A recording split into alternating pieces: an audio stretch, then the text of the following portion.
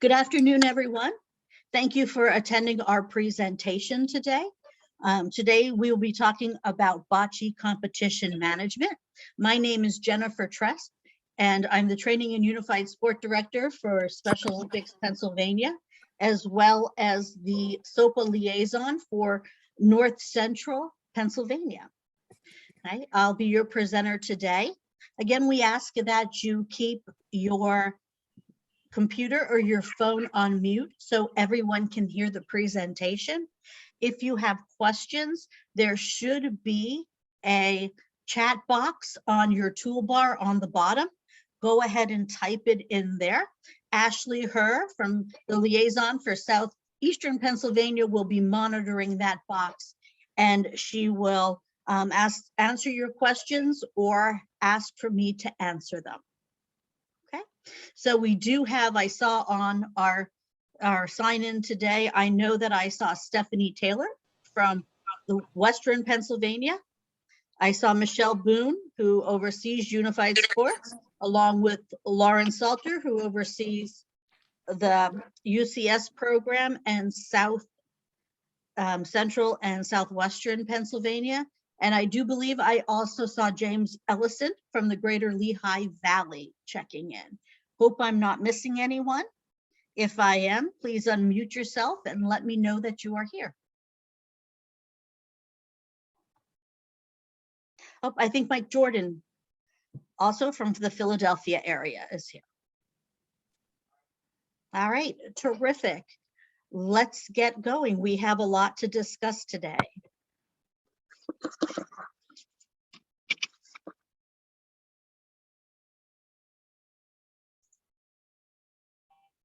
Jen, you muted yourself. Yep, somehow I hit that mute button. So here is our agenda for today.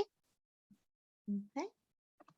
We're going to talk about prior to game day, what you need to be doing, personnel and equipment needs, determining how many courts you need, game day responsibilities, supporting materials, virtual competitions, and questions. And we most recently, so those are our topics that we'll be discussing today.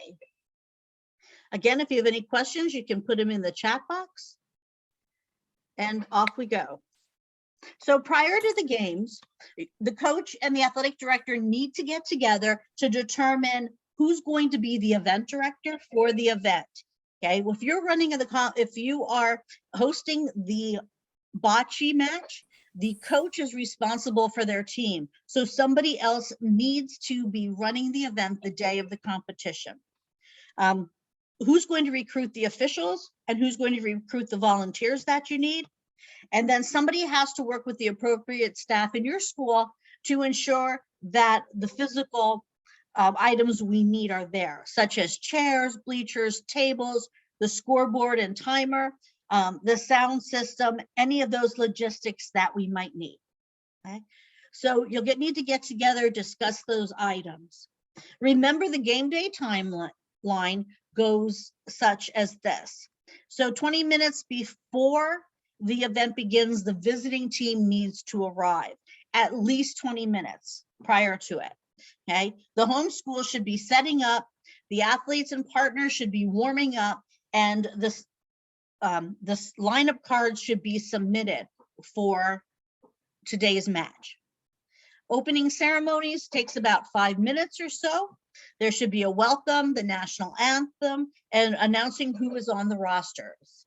Then you'll see we have 35 minutes set aside for game 1, 2, and 3. And then finally, we have departure. And of course, the announcement of who is winning, and cleaning up should take about 15 minutes. So we're looking at about 2.5 hours for the meets. Remember that all matches must start after school. Okay, the Interscholastic Unified Sports Program is an after-school event, just as your PIAA. So if you are playing or scheduling matches, again, they must start after school. Personnel and equipment needs, we'll start with the volunteers. So you always will need to have one scorekeeper. Again, that can be a student and adult. for how many courts you have. If you have 1 court or 2 court, you must have 1 scorekeeper. You must have 1 recorder and timekeeper. Okay, and again, this can be a student or an adult per court. Remember, the students, if you are using them, you need them to be responsible. Okay, so you will need them for each court. A head official on each court. The head official always must be an adult because they are the decision maker. We need a line official who it could be a student or an adult. And again, I can't reiterate as much to keep telling you that if it's a student, we want them to be a responsible student. And I'm sure you all know what I'm talking about. 1 announcer or scoreboard operator. So these are the volunteers that you need. So you're looking for 5 volunteers. And if you are using 1 court, and 9 volunteers if you have 2 courts. In the gym, okay, we have a setup. We need to make sure that there are bleachers pulled out for spectators, and electronic scoreboard or stopwatches can be used. We like the public address system. We'd love that announcer to be able to introduce the teams, give the scores, make announcements. Most of the events that I was at last year and the year before that had wonderful public announcers who kept everybody up to date on what was going on. They announced the how long halftime is, who's leading, so all that excitement. You need 16 chairs for the teams. Okay, you're going to need 8 on each end of the court. You're going to need a scorer's table and 4 chairs, 2 behind the table, and then 1 on both sides, because remember, we have the coaches' chairs. Let's take a look at how your court should be set up. As you can see, if you're looking at the top corner, we have the announce and head score table. Okay. Right at the bottom of each court, at each end, I guess we'll say left and right, you'll see 4 chairs. Remember that there are 4 chairs for the teams, and if you do have a paraprofessional or a one-on-one, you may need to add an additional chair for that person. At the score table, we have the 2 chairs, 1 for the scorekeeper, 1 for the timekeeper, and then you have your 2 chairs on either side for the head coaches of each team. Okay? Jen, Yes. just a quick reminder for everyone, the chairs, we do want to spread them out on the sides for COVID social distancing protocols, so they're not next to each other. I know. So on the court, you will also have your 6 cones, which are the yellow triangles. Okay. If you do not have cones, please let your SOPA liaison know as soon as possible. You might be able to borrow them from your phys ed department in the school. The solid red line are the foul lines on the left and the right side. The blue line in the center is the midline. And if you're looking at those dotted lines, those are the wheelchair lines. So remember, if you have a wheelchair or a ramp bowler, a ramp bocce player, you can go up to 20 feet. Okay, so remember, they can go up to 20 feet. So that is what the dotted line is. You do not have to mark the court with it. You just need to make sure that the volunteer who is helping the student with the ramp, make sure that they know where the line is.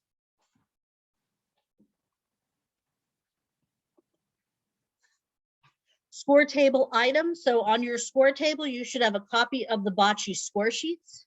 Remember to have pencils, stopwatch, and a flip chart.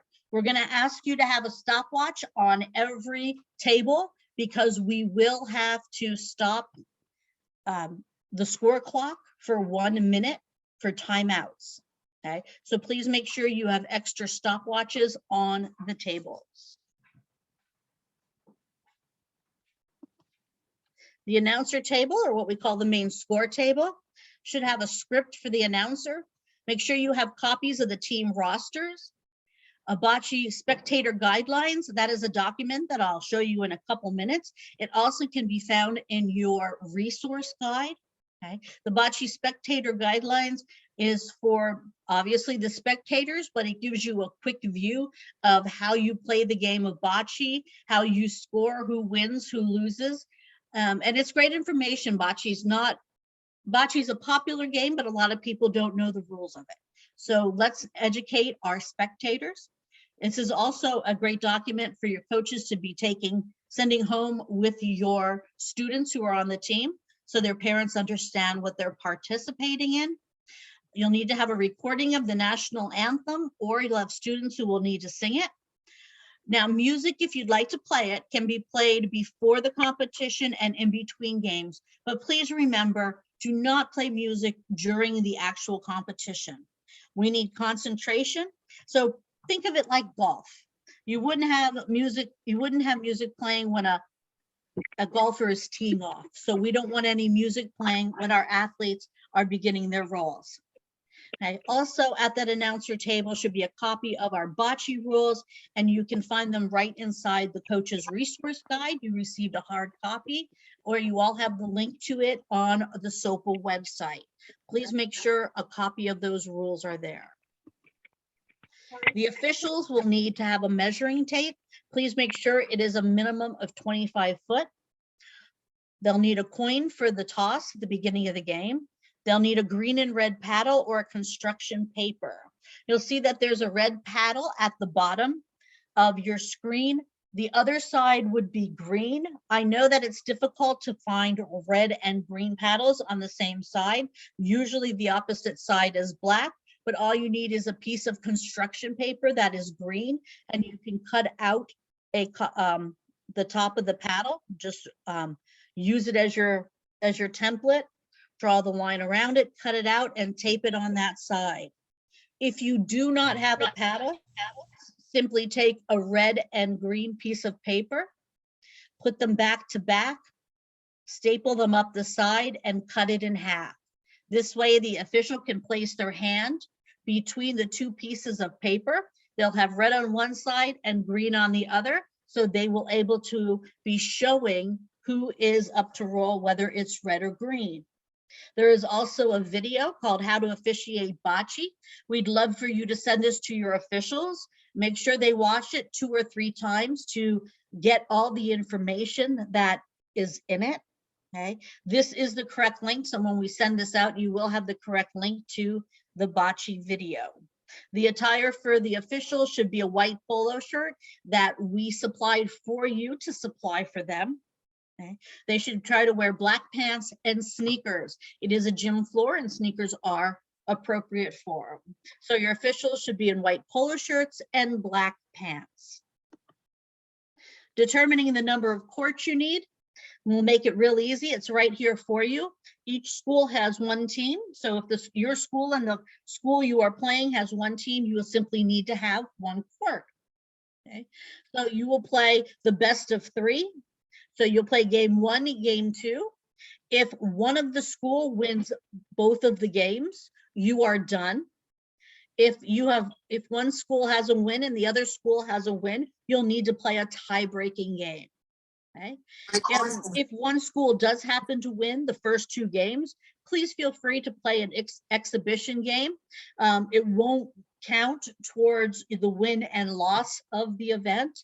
But it will give you that extra playing time and practice for your athletes.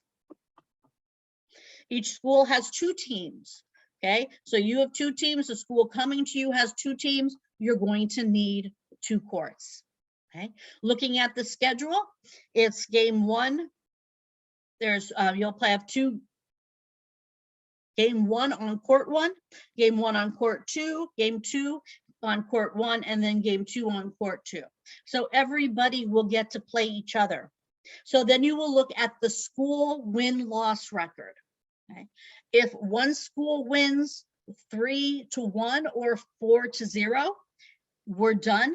And the team with the most wins automatically wins for the day. That will be the champion of that match. If you are tied 2-2, we will need to play a game 3 on court 1. Okay, that game 3 on court 1 will be the tiebreaker. So each school will choose one of their teams to play.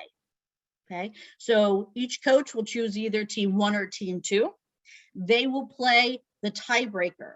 The teams that are not participating in the tiebreaker can play an exhibition game on court 2.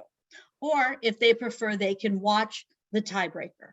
But again, the more chances the athletes and partners have to play, the better they will become. Okay, so that's if each school has 2 teams.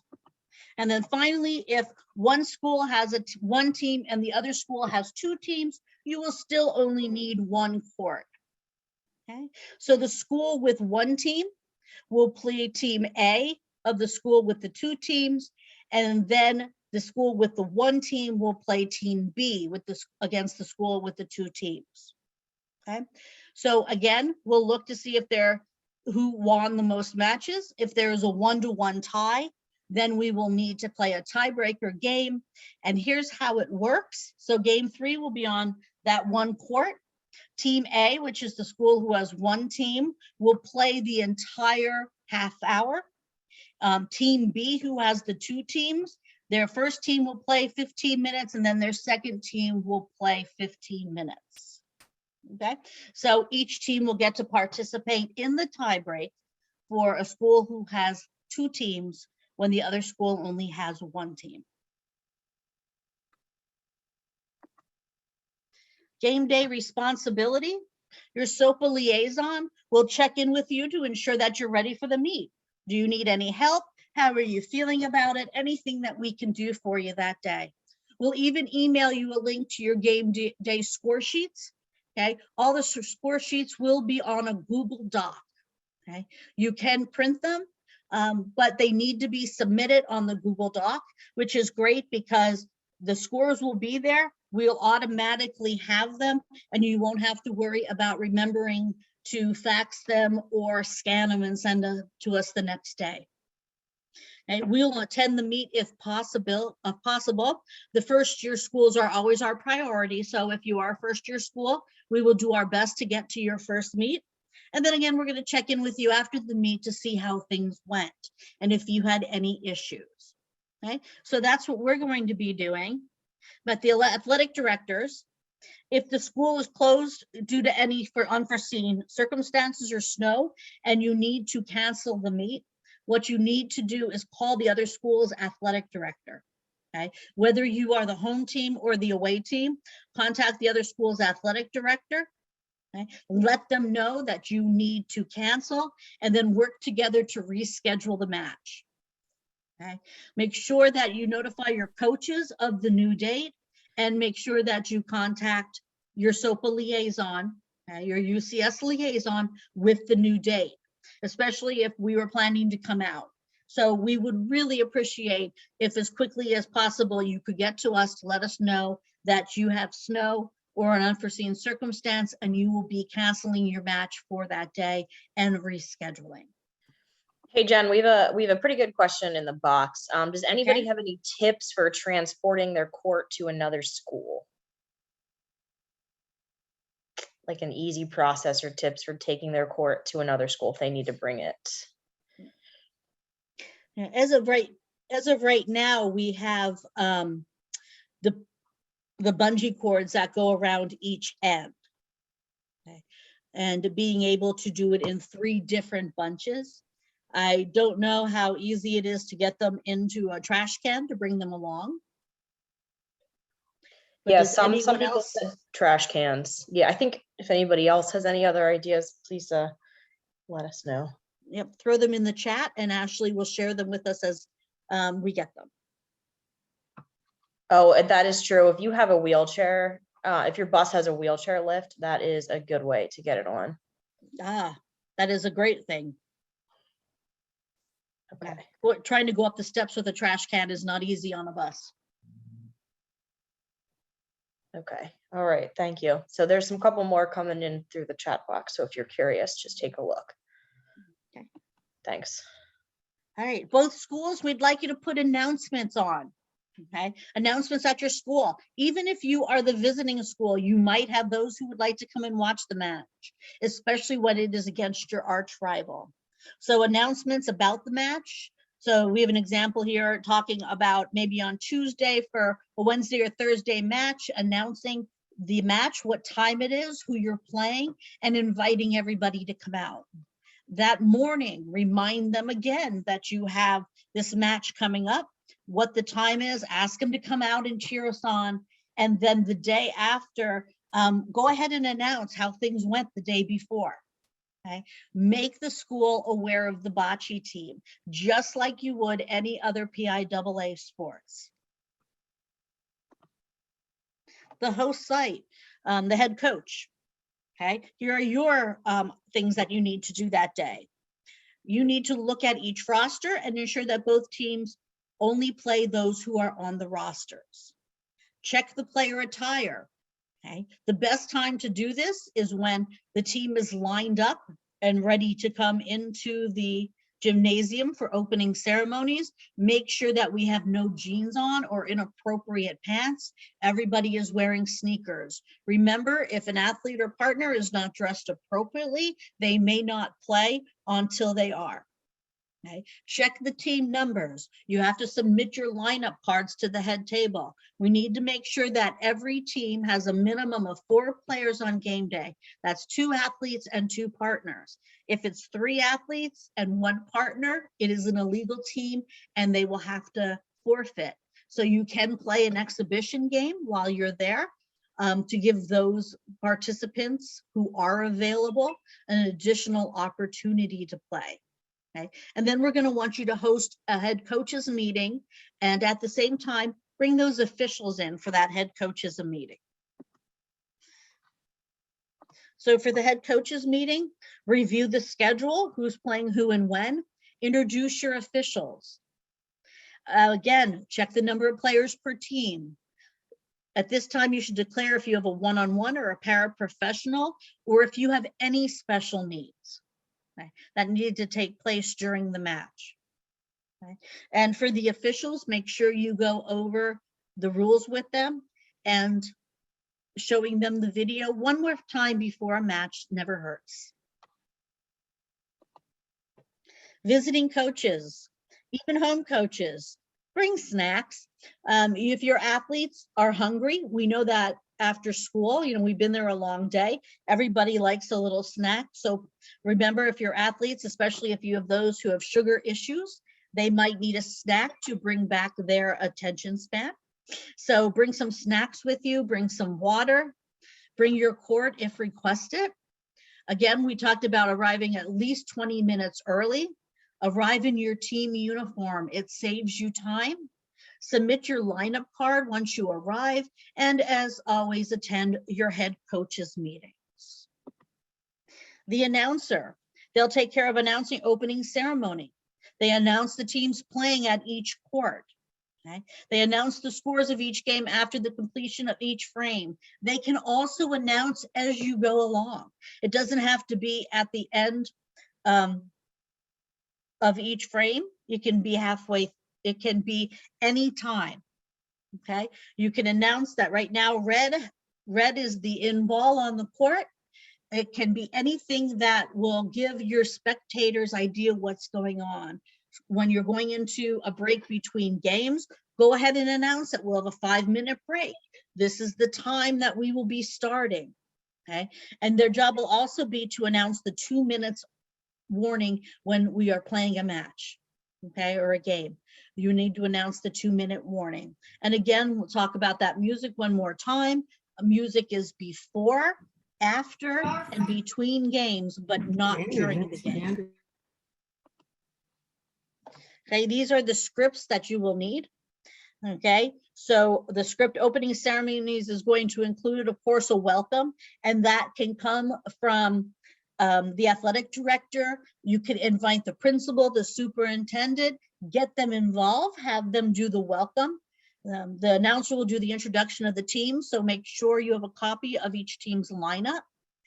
Athletes or a recording of the national anthem or students in your school. And then, of course, the athlete oath should be involved in the script also. Okay, you'll see that we do have a sample script for you on page 31 of the coach's resource guide. Many schools include sport teams and the cheerleaders to do a tunnel as the teams come into the match. Be creative. We've had pep bands who are there.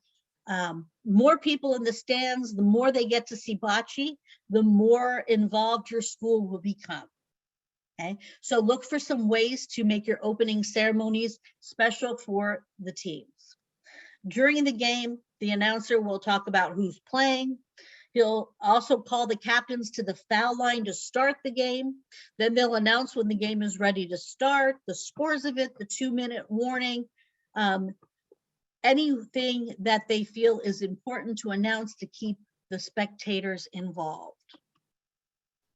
Okay, the scorekeeper. Their main job is to ensure that the score sheet is complete. They need to pay attention to the official, okay, so they know who is receiving the points. They will need to update the scoreboard or the flip chart, whatever you're using. They'll need to man the second stopwatch for the 60-second timeouts. They need to pay attention to the 2-minute announcement and make sure the officials have heard the announcements. Okay. After the 2-minute announcement, remember, no frame should start unless there is a tie to the game. Then we will need to play a tie-breaking frame. So the scorekeeper will need to make sure they keep the official up to date on what is happening. They'll need to make sure the head coach and the officials type or sign their name into the score sheets, and they will need to provide the announcer with the final score on the court. Okay, so the scorekeeper does have an important job. Okay, some supporting materials, some things we'd like to show you. This is the Bocce lineup card. Okay, so in the top area, right here on the right-hand side top, this is where you place your school name in. Then you are going to place your the team name under team 1 and list the players who are on the team. Mark them as athlete or partners, and make sure you tell us who the captains are on that team. Team 2, you'll do the corresponding items on the form. This is the sheet that you need to turn in before the meet. These are your partners and players who are in attendance. If they are not in attendance, please do not put them on this sheet. Okay. This is what a score sheet looks like. Again, it's going to come to you in the Google Doc. So you will be able to transport, make sure the names of the players are in correctly. You will be able to delete anyone who is not in attendance or mark or scratch them off. You'll see that at the top, once the official calls for who has the red ball and the green ball, you'll mark it at the top. The school name goes in the space by school and team before you see the captain column. Okay. During the frames, on frame 1, when the official announces who has the score, you'll mark them in under the appropriate column. So if they tell you red has 2, you put 2 under red. Okay. If they tell you 3 for green, okay, put 3 for green under the frame. Remember that one school always gets a 0 in a frame. You could only give score to one team per frame. Okay, so if on frame 1, red gets 2, green gets 0. Frame 2, red may have, frame 2, red might have 0, green might have 1. Okay, but please make sure that there's always a 0 for one of the frames for one of the teams. You'll see that this is a Google Doc, so it will automatically calculate your score at the bottom. Okay, scorekeeper needs to make sure they're filling in the times, the court number, who won the toss, etc., who won the match or the game, and then they need to make sure they get the appropriate signatures on the form. Okay, this is the Spectator's Guide to Bocce. This is the form I referenced earlier that is good to have for your spectators as well as your family members, so they do understand the game of bocce.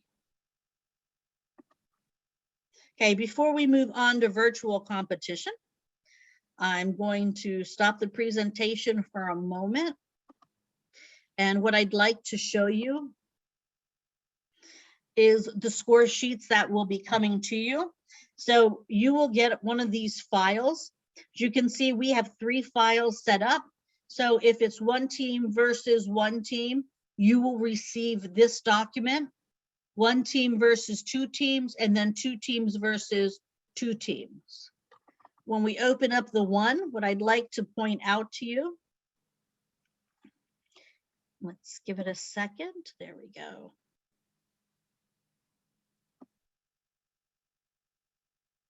At the bottom of each score sheet, you will see at the bottom there's game 1, game 2, and then game 3 if needed. Okay, so each score sheet is marked in the top in the right hand corner, and then court 3, game 1 if it is needed.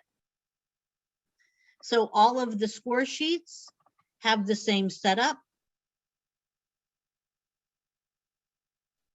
Game 1, game 2, and game 3 if needed. And then finally in two teams, this time you are going to see that there is game 1, game 2, game 3, game 4, game 5, and then game 6. So there is a score sheet for every game. You'll just need to make sure that as you do go through these games, you will see, you will need to make sure that the appropriate teams are moved from each score sheet to who's playing who. Okay.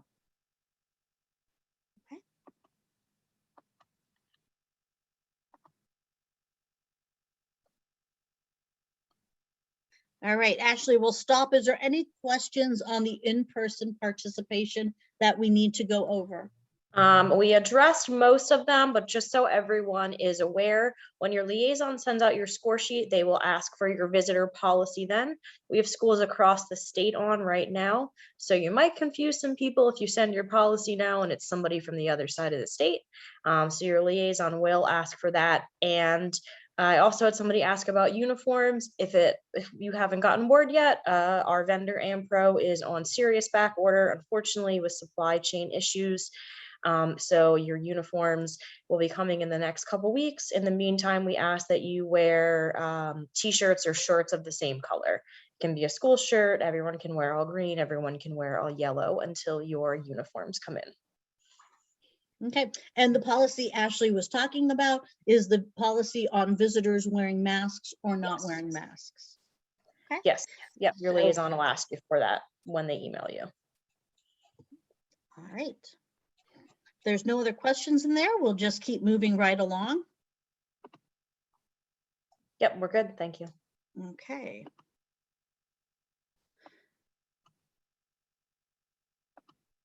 Okay, let's talk about some virtual competition.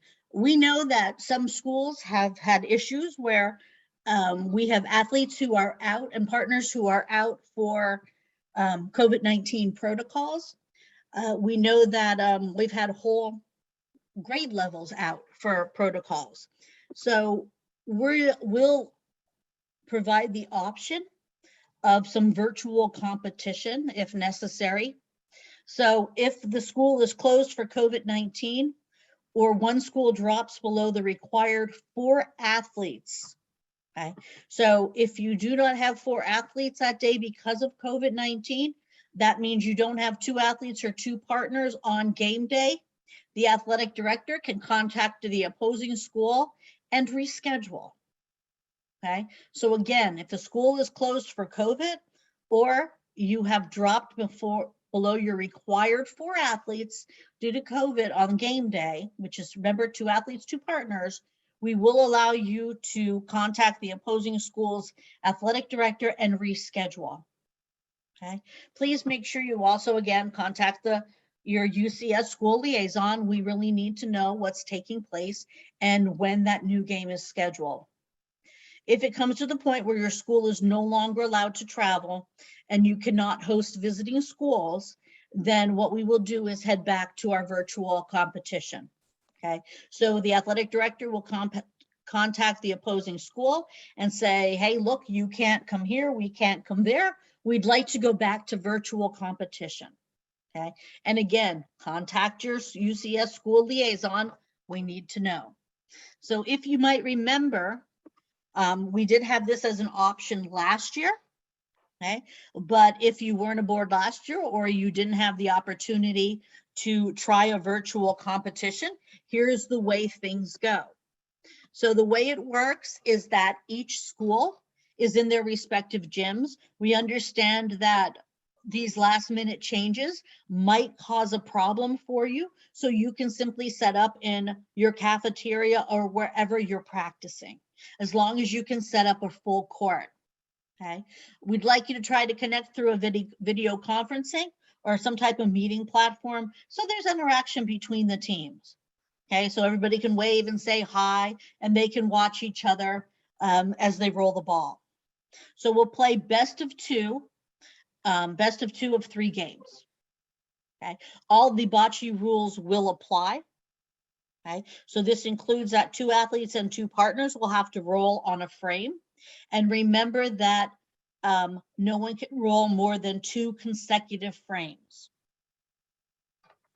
Unless, we're going to make sure we make this, if you only have 2 athletes and 2 partners that day, they will have to roll all 10 frames. Okay, but if you have more than 2 athletes and 2 partners that day, nobody can roll more than 2 consecutive frames. The rule modifications. So each school will be rolling simultaneously. Again, 10 frames. This is the big change for this year. We're going to be doing different distances on different frames. And we'll go over that in just a minute. Okay, so each coach has the roster for the 2 teams. They will be announcing who is playing, okay, who the 4 athletes who will be rolling to start the frame. We're going to only play from one end, so you don't have to switch sides. Okay, and the intent is always to get as close as possible to the Polina. So all 4 balls will be rolled. We do not clear the court until all 4 balls are rolled and measured. Okay, so here's how it's going to work. For frame 1 and 2, we'll place the Polina in the center of the 30-foot line. And all 4 team members, the 2 athletes and the 2 partners, will roll to the 30-foot line and try to become the closest ball to the Polina, as we know is the in ball. Okay, we'll do that on frames 1 and 2. On frames 3 and 4, we're going to move to the center of the 40-foot line. On frames 5 and 6, to the center of the 50-foot line. On frames 7 and 8, back to the 40-foot. And on frames 9 and 10, we will go to the 30-foot. If we need a tiebreaker, the last frame of the tiebreaker will be on the 40-foot.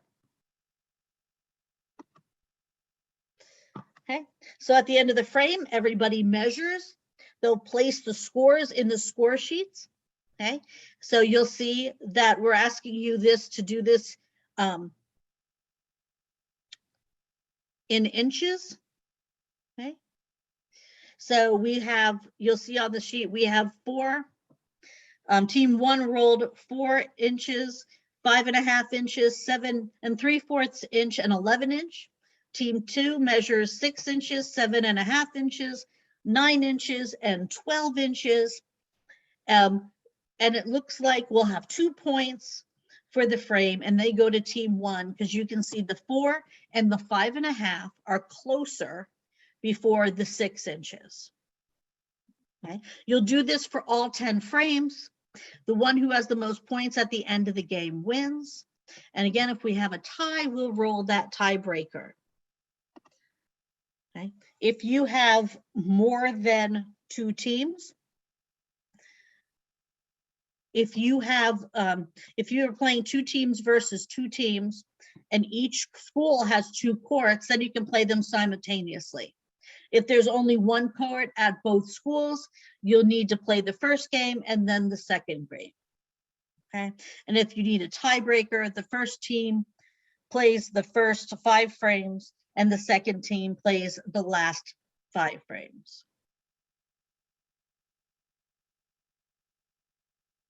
Okay, so again, you're going to need to manage depending on if it's one school versus 1 team versus 2 teams, 1 team versus 1 team, or 2 teams versus 2 teams. Last but not least, this is the electronic score sheet. We will have this set up for you. We will send it to you. It will be in the same format as the in-person score sheets. It'll come in a Google Doc. It will come with different tabs at the bottom of the score sheet. As you'll see, team 1, you can place the school's name right below it on the left-hand side. In the frame 1, you'll see it says 30 feet above it. You will enter the scores. Remember, you are entering them in inches. Okay. Under team 2, enter the team's name here.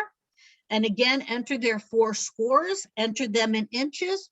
The columns that have the blue, these will automatically show you who receives the points. Okay, that's what they will do. They will automatically show that to you. It will track it across the bottom here. And it will also tell you who wins for the final score. Okay, the formulas are in here. It'll set it all up. As you can see at the bottom of the sheet, it will show you, you type in everybody's name and you tell us who is playing what frame. So you mark the 2 athletes and the 2 partners who will participate in frame 1, who will be in frame 2. Okay, so you do that for both schools so we can track to ensure that everybody participates, that there is 2 athletes and 2 partners in each frame. And we can also track where we need a tiebreaker. Okay, so again, this is what our electronic score sheets, we did use these last year with great success. So we'll be using them again this year. But again, remember, it'll tell you frame 1 and 2 is 30 foot, frame 3 and 4 is 40 foot, frame 6 and 7 goes up here to 50 foot, then 7 and 8, 9 and 10, followed by the last one on the tiebreaker if necessary. So if there is the opportunity that we need to go virtually, we will be here to help you, and we will make sure you have all the information you need to make the day a success. Ashley, do we have any questions in the question box that we need to answer about virtual? Not in the chat box, but one I got via email today that I will address. So Jen was talking about how if you are short players, you can still have 4 players, 2 and 2, and you can still play that way. You cannot substitute or switch team members. You cannot pull team members from team A down to team B if team B is short. You can't move players around from team to team, regardless if you're short players. That rule stays in effect. No switching or substitutions. As far as the Polina, that is for virtual. As far as setting the Polina, that is for virtual matches, correct? Yes, Stephanie just answered that one for them. Yep, that is correct. We're only setting the Polina if you are in virtual. And again, when it is in virtual, it is the center of the 30-foot line, the 40-foot line, and the 50-foot line. Suggestions if you are having a hard time finding an adult official. We had talked about this prior, that you might want to contact the school you're playing. Yes. They might have an official who will travel with them and be able to help you out if you are having trouble finding an adult official. Yes, Philip, I can stay on afterwards to answer your question. One more thing I would like to point out, a question that came to me, not really a question, but just more something to make known.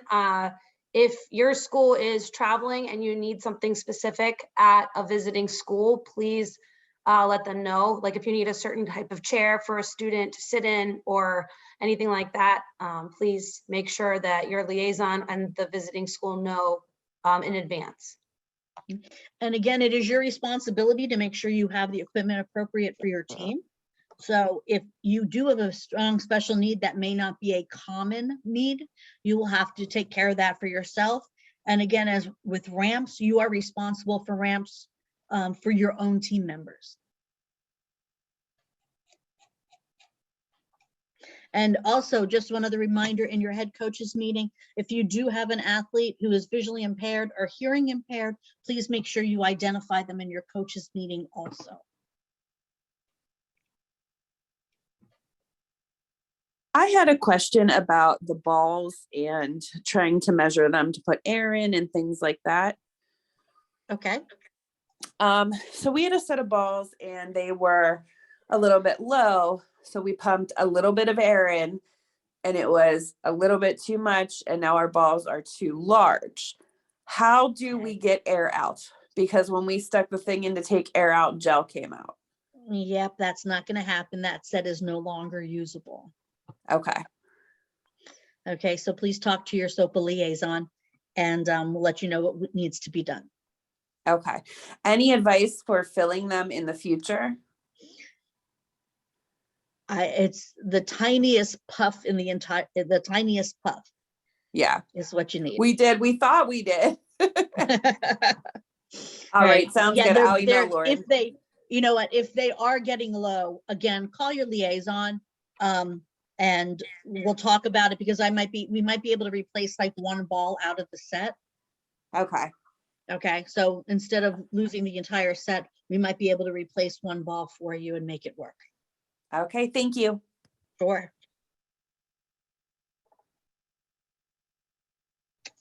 Jennifer, Anyone else with questions? you're gonna Sorry, go ahead. send this presentation out, correct? Yep, we will send this presentation out probably tomorrow once I have the copy of it. Awesome, thank you. Thank you. It'll also be available on the SOPA website, where we have all the information for the Unified Champion Schools. Can we maybe put that website in the chat so that, like, the link to it? Because I don't think I'm Absolutely. familiar with that. Absolutely. Ashley or Stephanie, can one of you handle that right now? Will do, because I already have it up. All right. Thank Excellent. you. Thanks, Ashley. Yep. Okay, and it's just popping up in the chat right about now. So make sure you get that before we close out today's presentation. We will also put it in the email with the presentation links.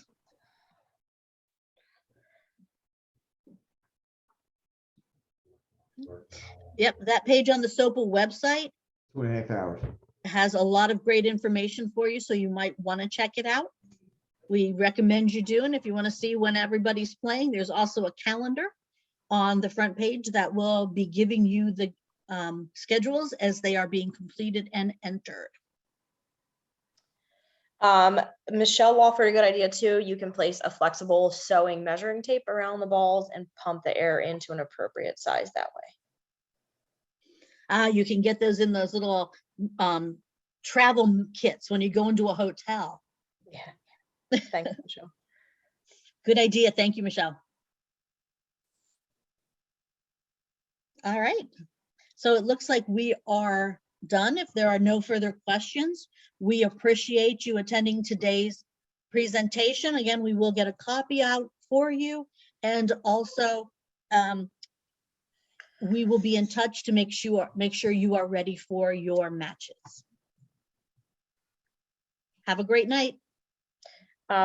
Stephen, I just dropped it in the chat box. Oh, I only sent it to one person. Sorry, let me change that. I'll send it to everybody.